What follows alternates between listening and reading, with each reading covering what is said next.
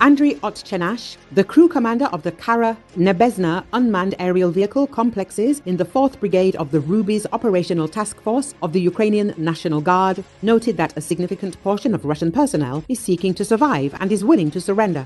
The situation on the defense line held by the Rubies Brigade remains tense. For almost a month, the enemy has been continuing assault operations every day, trying to achieve at least some results. However, they do not actually achieve their goals, given the losses they suffer. We are destroying enemy equipment and a significant number of their personnel, Otchenash said on Espresso TV. According to the crew commander, there is a certain number of Russian prisoners of war who voluntarily surrender due to their low morale and psychological state. The Russians are beginning to realize that they are being used as cannon fodder. 80% of enemy attacks fail against our brigade's defense line, resulting in significant casualties. This is why a considerable portion of the Russian personnel now wants to survive and surrender, Otchenash emphasized.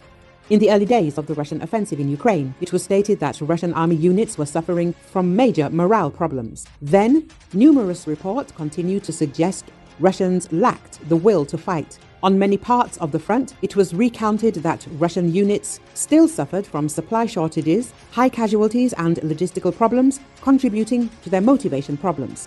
Commentators suggested low morale would affect the Russian war effort. Russian authorities have implemented a series of carrot and stick measures to maintain morale. On the one hand, discipline is rigorously enforced. Coercive measures have been increased. The regime is also suppressing dissent at home against the war. It also encourages soldiers to serve by promising generous pay.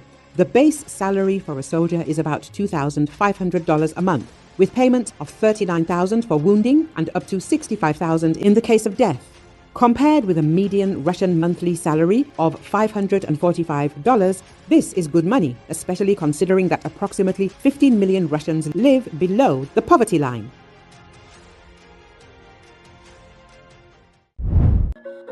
Russian troops have come within 2 kilometers of the city of Kurakovo in Donetsk Oblast, Bild military analyst Julian Ropke reports. In mid-September, Ropke visited the frontline town of Kurakovo, where about 18,000 people lived before the war. At that time, Russian troops were stationed about 8 kilometers to the east. In early October, they made a breakthrough, capturing the village of Ostrovskoye and reaching the shores of the Kurakovskoye reservoir. Now the occupiers are only 2 kilometers from the town and continue to advance, despite heavy losses. The fighting near Kurakovo is becoming more serious. We see a big breakthrough that was made here, about 6 to 7 kilometers, which have been made in the last month. This is a very narrow strip, like a snake, along which they are going to Kurakovo, Ropke noted. Military and political observer Alexander Kovalenko believes that Russian troops will soon begin to attack the city of Kurakovo head-on, using a large amount of equipment. According to him, the occupiers plan to put pressure on this settlement both from the south and from the east. However, expert Ivan Stupik noted that the occupiers can capture Kurakovo without significant effort, forcing the Ukrainian armed forces to retreat from the city, and to do this they need to cut off the key highway, cutting off supplies to our military. The Ukrainian armed forces are engaged in combat clashes with the occupying army of the Russian Federation in the Pokrovsk and Kurakovo regions, repelling numerous attacks by the Russian invaders. Multiple clashes of varying intensity have been recorded in different locations in Donetsk region, with the Ukrainian military successfully repulsing enemy assaults in districts like Vovchansk, Kupiansk, Lyman, Kramatorsk, Toretsk, and more. A man who was convicted in Russia over social media posts which criticized the country's fight in Ukraine was released from prison on Tuesday. Alexei Moskalev, 55, a single father, was met by his daughter Maria outside the jail in Tula region.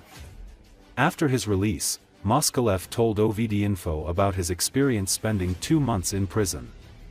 He likened the conditions inside his cell to a torture chamber that was 2 meters by 1 meter in size. At first, I was sitting alone, then they put a second person in, he said. Moskalev also claimed that the jail's floors were rotten, rats were everywhere, coming from the sewers and everywhere. In 2022, his daughter refused to participate in a patriotic class at school and made a drawing which said, "No to war" and "Glory to Ukraine." He was then investigated by police and indicted over a series of social media posts about Russia's activities in Ukraine. Moskalev was sentenced to 2 years in prison, but fled house arrest hours before the jail term was handed down. He was arrested in neighboring Belarus and extradited to Russia. Moskalev's daughter was dispatched to an orphanage following his arrest.